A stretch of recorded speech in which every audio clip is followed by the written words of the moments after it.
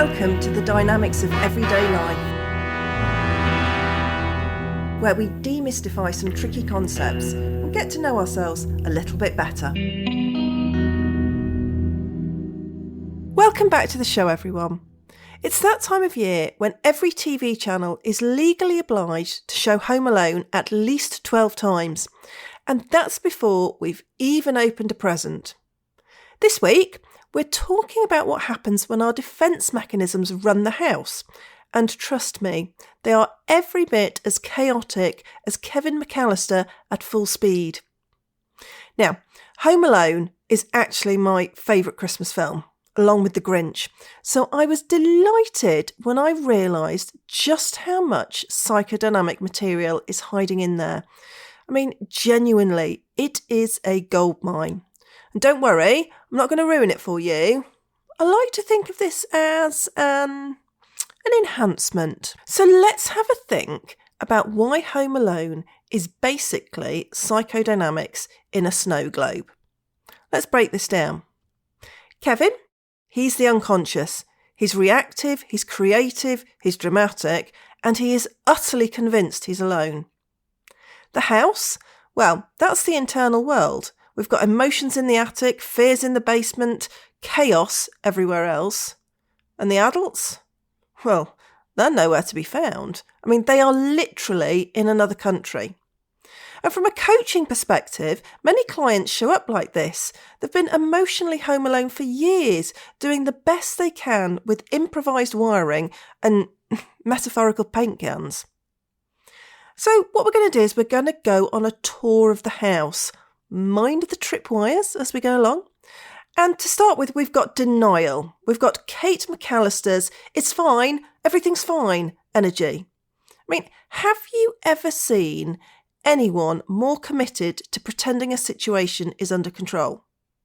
At the start of the film, Buzz eats Kevin's pizza. There's clear upset. And what does she do? Well, she sends Kevin to bed. Out of sight, out of mind. Very literal, very physical denial. And as a parent of a child with very specific eating requirements, this scene gets me every single time. How can she possibly think that sending him upstairs fixes anything? But it's her coping mechanism. It's that kind of, there isn't a problem if I can't see it. Everything is fine. Until the airport sprint. They have their belongings trailing behind them, and then we're followed by the absolutely classic scream, "Kevin!" So what does everyday denial look like?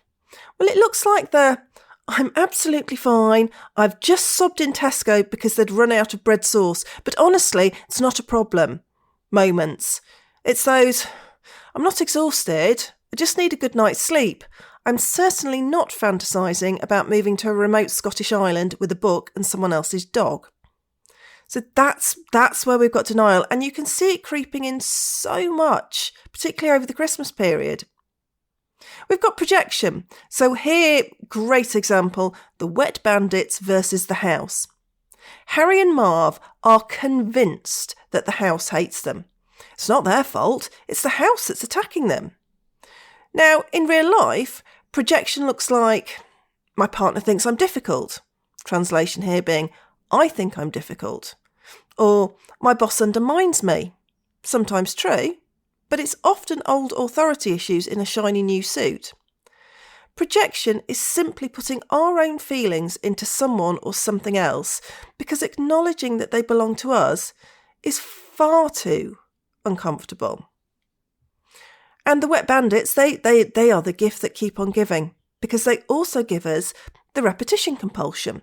And we can see this in their commitment to terrible choices. They keep coming back again and again, despite the head injuries, despite the ice, despite the blowtorch.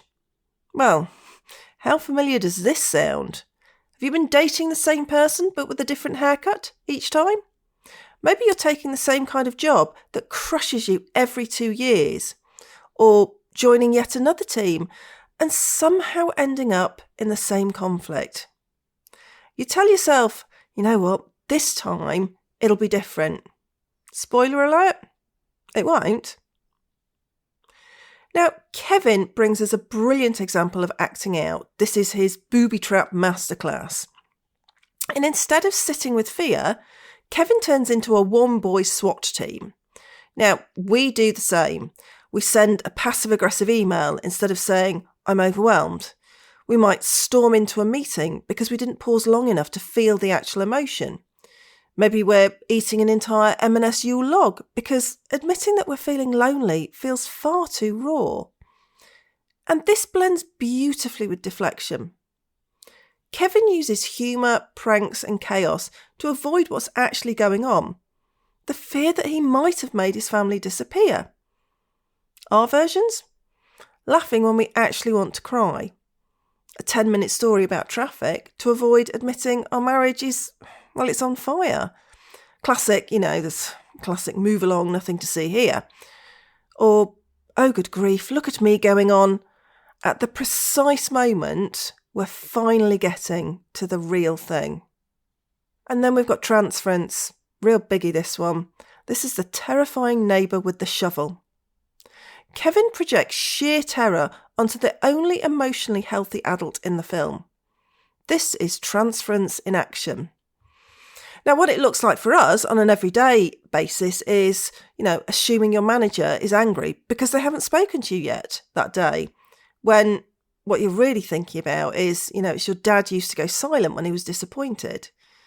Maybe you're panicking when your coach asks you one hard question and suddenly they've turned into your strict Year 9 teacher. This stuff is unconscious, and there are usually very good reasons why it's showing up. Now, from a coaching perspective, we're not fighting burglars here.